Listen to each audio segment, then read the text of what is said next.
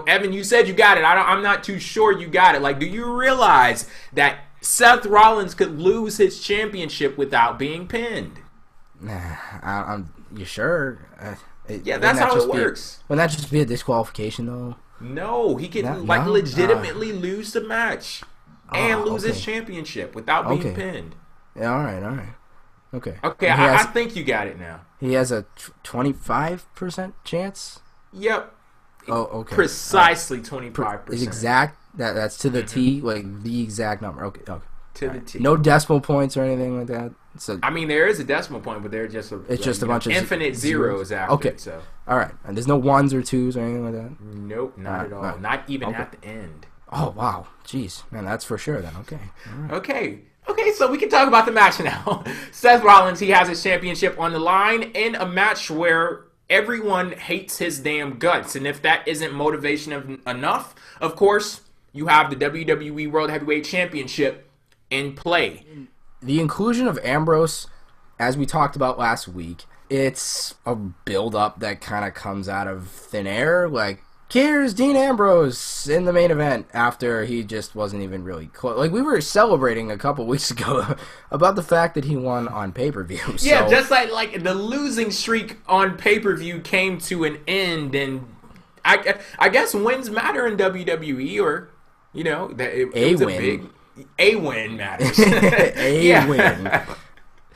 But, I mean, he definitely got thrust right into this main event, like, out of nowhere. But he is over enough to be there. Like, no question, he gets a good enough reception. I know they were in the hometown here in Cincinnati tonight on Raw. But Perfect timing, I have to say. It really is, you know, and his receptions have been great everywhere he goes. And obviously in the hometown, it's going to be even better. So, I mean, this is really good stuff here for Ambrose, and we're all big fans of Dean Ambrose, so again, you know, but we like Dean Ambrose, we always say that, but here's where, like, I'm going to use that get-out-of-jail-free card. Get-out-of-jail-free card. I'm going to use it, and I'm going to cash that in and say, I don't care, I'm really happy he's in this main event, I know he's not going to win it, so let's just have fun with him being there, and the fact that he got to look strong 2 straight weeks was pretty cool, too. I mean, I think they're at least showing us that he has the ability to be in that scenario, which is obviously a good thing. I mean, yeah, sure. I'm a fan, but I don't like that. Like, I want them to play up off of the fact that this guy just crawled out of a damn hole. You know, probably literally and figuratively, but like, play up off of that. There was so much story to tell here that I think the WWE kind of skipped off on, and that was one point. Like, I wanted to see Ambrose, and of course, like, if you have Seth Rollins and Dean Ambrose in a match together, there are some things that you absolutely cannot ignore, but build up off of that. Like, build up off of the fact that this guy took a few weeks out of Dean Ambrose's career and, you know, almost put him out of his friggin' misery, how he backstabbed him. Like, talk about that a bit more and actually use that as fuel for Dean Ambrose to say, of course, well, yeah, the WWE Championship, it is on the line, and since I'm in the match, technically Dean Ambrose, he has a 25% chance of winning too, if you go off of what WWE is saying. But, like, isn't getting your hands on Seth Rollins worth a little bit too? Like, talk about that some. And I don't think that they explored that to the level that they could have and honestly should have. I wouldn't be surprised if they're just saving that for the future. Like, I feel like they want they want to do so much more with these guys, especially that whole Shield triple threat, that they know that's not only going to make all of us hardcore fans be like, oh my god, it's the Shield triple threat, and go nuts about that. But I think everybody's going to be happy about that. That's something I'm really happy with the Fatal 4-Way in that way. And that's why I've been kind of just like lenient on the whole lack of, you know, capitalizing on some of the things that they could have done with this. So I'll take it for the fact that I think this would be an enjoyable main event.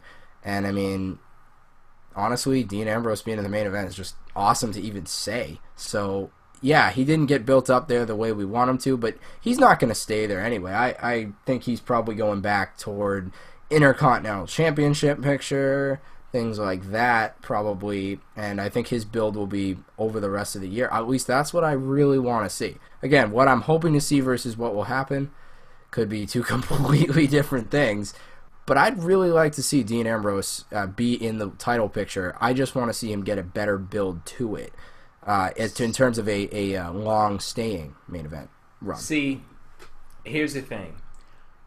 You say it teases the Shield triple threat. I say it spoils it a little bit because you still have these guys on screen mixing it up with each other, and you're taking moments that could have happened there and giving them away and not even promoting them to the level of importance that they should be promoted. For example, Monday Night Raw ended tonight. We had Dean Ambrose hit his finisher on Roman Reigns, and they just acted like it was just, oh, this is an opponent versus another opponent, and they're just hitting a move. Like, dude, do you realize those guys were not even were brothers? They still are. Like, they still paint themselves as the best of friends on WWE TV. That's something that you could have picked up off of, and if you weren't ready to fully commit to that, then I say you shouldn't have done it at all. And of course, I'm nitpicking like hell here because, truth be told, come this Sunday,